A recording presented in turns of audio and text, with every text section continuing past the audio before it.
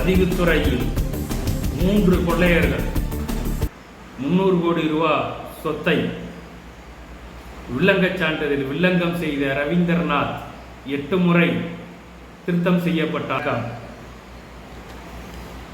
தாம்பரத்தில் ஒரு சொத்தில் 300 கோடி ரூபாய் பெருமானம் உள்ள ஒரு சொத்தில் வில்லங்கச் சான்றிதழ், அதாவது இண்டேல் கரெக்ஷன், அதில் 8 முறை ரவீந்திரநாத் மாவட்ட பதிவாளராக இருக்கும்போது திருத்தம் செய்துள்ளார். கோல்மால்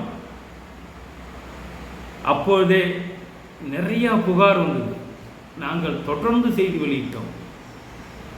இதில் என்னன்னா, எங்கள் மேலே கேஸ் போடுவேன்னு சொல்லி எங்களுக்கே பிரைவேட் வெஹிக்கிளை வச்சு நோட்டீஸ் அனுப்புகிறார். அரசு அதிகாரியான்ட்டு பிரைவேட் வெஹிக்கிளை வச்சு நோட்டீஸ் அனுப்பலாமா? மிரட்டி பார்த்தார், ஒரு பொறுப்பும் ஆகலை. ரவுடிகளை எழுதி விட்டார், ஒரு பொறுப்பும் ஆகலை. அன்னைக்கே குறி வச்சோம், ஒரு நாள் ஒன்றை உள்ள வைப்பேன் அப்படின்னு. ஆனால் இப்போ இந்த கேஸில் கைது செய்யப்பட்டு 4 நாள் விசாரணை நடைபெற்று காவல்துறை கஸ்டடியில் இருந்தார். பின்பு சென்னையைச் சேர்ந்த ஒரு நாயுடு அமைச்சர் தலையிட்டு, இவரு நாயுடு தெலுங்கு ஒன்னாயுடு தலையிட்டு, இப்போது தேர்தல் நேரம், எதுவும் செய்யாதீங்க, இவரை விட்டுடுங்க, தேர்தலுக்கு அப்புறம் பார்த்துக்கலான்னு சொல்லி ஆஃப் பண்ணி வச்சிருக்காரு. ஆனால் எங்கே போனாலும் விடாது கருப்பு.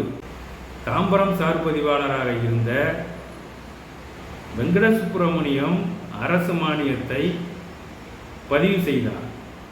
பல சொத்துக்களை அபகரித்தார் ஆட்களை வைத்து. இது குறித்து நாங்கள் வழக்கறிஞர் மூலம் மாவட்ட பதிவாளராக இருந்த ரவீந்திரநாத் அவர்களுக்கு கடிதம் அனுப்புகிறோம்.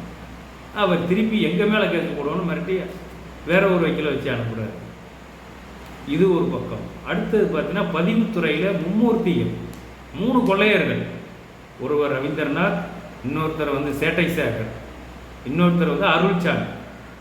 சேட்டை சேகர் ஓய்வு பெற்று விட்டார். ஓய்வு பெற்றாலும் இதை விட்டு வெளியே போக மறுக்கிறார். அரசாங்கமும் இவரை அனுப்ப தயாராக இல்லை.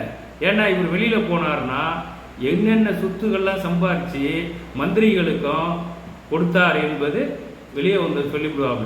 அதனால் இவர் வெளியே அனுப்பல. இப்போ ரவீந்திரநாத் மாட்டிக்கிட்டார். அருள்சாமி வெளியில் போயிருக்காரு. ஆனால் இந்த டிபார்ட்மெண்ட் விட்டு போல வேற ஊருக்கு பணிக்கு போயிருக்காரு.